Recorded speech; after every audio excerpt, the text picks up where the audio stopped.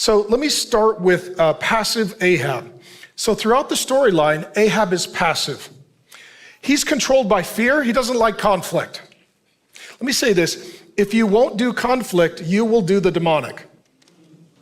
Because the demonic is always willing to have conflict.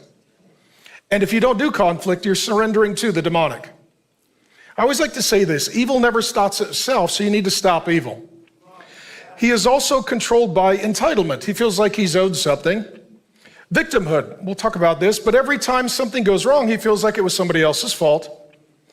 As a result, he is very susceptible to flattery. So the way that Jezebel dominates and controls him is with a lot of flattery. She tells him how wonderful he is and how great he is, and he actually is foolish enough to believe it. These guys as well, who are more Ahabian, they tend to be very emotional. He's a very emotionally unstable guy. There's an occasion in the story where he doesn't get a piece of land that he wants, so he lays in bed facing a wall, sulking like a child for days. He's just throwing a fit because he didn't get a real estate deal. He lives for pleasure and comfort. Literally, comfort is what motivates him. He doesn't do hard things because he's a very soft man. He lives for pleasure and comfort. As a result, what happens if you lean more Ahab? And I would ask you to raise your hand, but you probably wouldn't do it. But some of you guys, you're more soft, you're more kind, you're more tender, you're more passive. And sometimes what we'll say is, that's my personality, but sometimes you need to repent of your personality. Because if your personality isn't the fruit of the Spirit, it may be sin. In addition, what Ahabs do, they avoid conflict, leading, making sacrifices, experiencing discomfort, they don't like hard work, they don't like rejection, and they don't like change. So let me ask you this.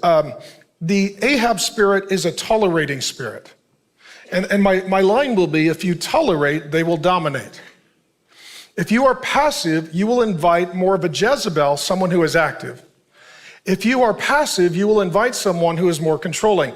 So my question to you would be, are there any Ahab tendencies in your life right now where you are tolerating, you are passive, you are silent and you should be speaking, you are inactive and you should be active, where you are knowing that something is wrong, but you're not saying that it's wrong?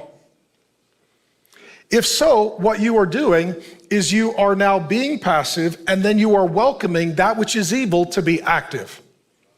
That leads to the controlling Jezebel spirit. So his wife Jezebel, high control. High control. She's very arrogant, very aggressive, very manipulative, very domineering. But she manipulates him through flattery and beauty and sexuality. Right?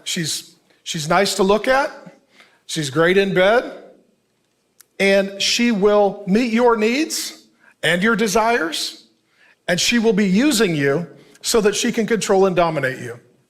Okay? I would ask, here's what I would ask. I'm not asking this. I would ask, raise your hand if you've dated this girl, but there's no reason for us all to raise our hand. Okay, so some dudes are like, I'm raising, yeah. So, okay. But a demonic spirit can be manifest in a man or a woman, but in this case, the Ahab spirit was in the man and the Jezebel spirit was in the woman. And this is a repeat of Genesis 3. Our first father, our first mother, Adam, acted more like an Ahab, passive. Eve acted more like a Jezebel, controlling and domineering. Satan came in and he was head of household. The point is this. If you're going to be an Ahab, your wife is not head of your home, Satan is.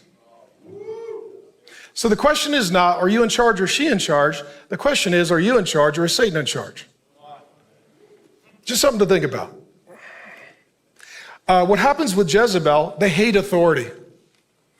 They do not like being under any authority. Jezebel, she's fiercely independent. Her name literally means, if I remember correctly, unhusbanded or without husband. She's married and her name means, I don't listen to my husband. Her father's name, maiden name, Ethbaal, means with Baal. What she says is, I'm not for my husband, I'm for my demon. I live independent of my husband and I live dependent on my demon. Now, as a result as well, she is very manipulative, very controlling, very domineering. The Jezebel spirit is particularly sweet and kind as long as they're getting their way. As soon as they are told no, you will see a completely different person emerge. They do not like authority. They do not like being told no. And they absolutely lose control unless they are in control. They have a manifest longing for sovereignty like God. And so if you're dealing with someone that has massive control issues, they may be Jezebelian.